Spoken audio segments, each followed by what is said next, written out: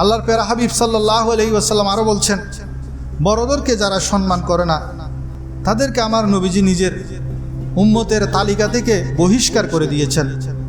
যেমন তিরমিজি শরীফের 1925 নম্বর হাদিসের বর্ণনা, লাইসা মিন্না মান লাম ইয়ারহাম সাগীরানা ওয়া ইউক্কির কাবীরানা।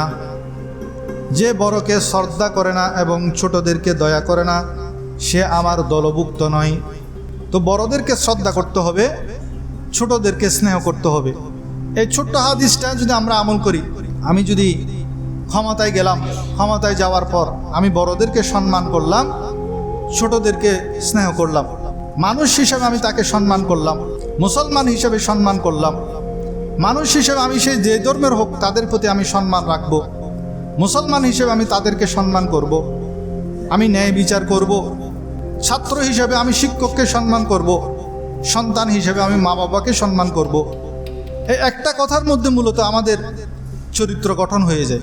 আমার নবী বলছেন, ওই ব্যক্তি আমার দলভুক্ত নয় যে ছোটদের প্রতি দয়া করে না, বড়দেরকে সম্মান করে না। তো সন্তানরা চিন্তা করবেন, আমার বড় আমার মা বাবা, আমার বড় আমার বড় ভাই, আমার বড় আমার এলাকার মুরব্বীরা, সে সবাইকে সম্মান করবে।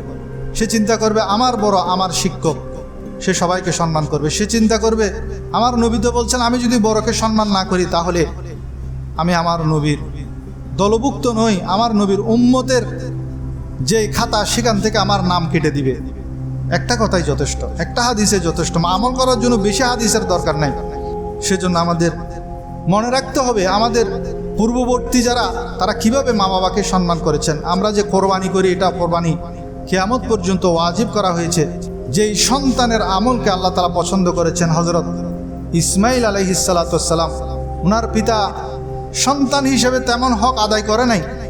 আমরা পিতা হিসেবে সন্তানের যে হক আদায় করি, থাকা খাওয়া ভরণ পোষণ, সেগুলো তো করে নাই।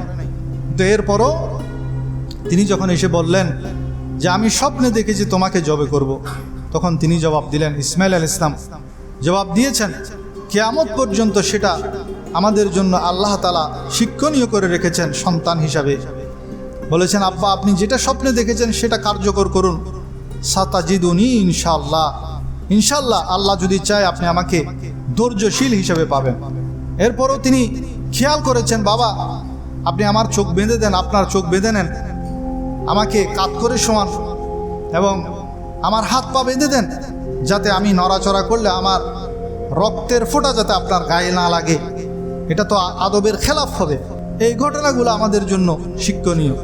তো সন্তান হিসাবে বাবার প্রতি কীরকম সম্মান দেখাতে হবে সেটা তো নবীগণ আমাদেরকে শিক্ষা দিয়ে গিয়েছেন তাদের ঘটনার মাধ্যমে। এবং সেই কাজগুলা, সেই আমলগুলো আল্লাহর এত পছন্দ হয়েছেন, সেই দিনটাকে স্মরণীয় করে রেখেছেন কিয়ামত পর্যন্ত আমাদের জন্য কোরবানির মাধ্যমে।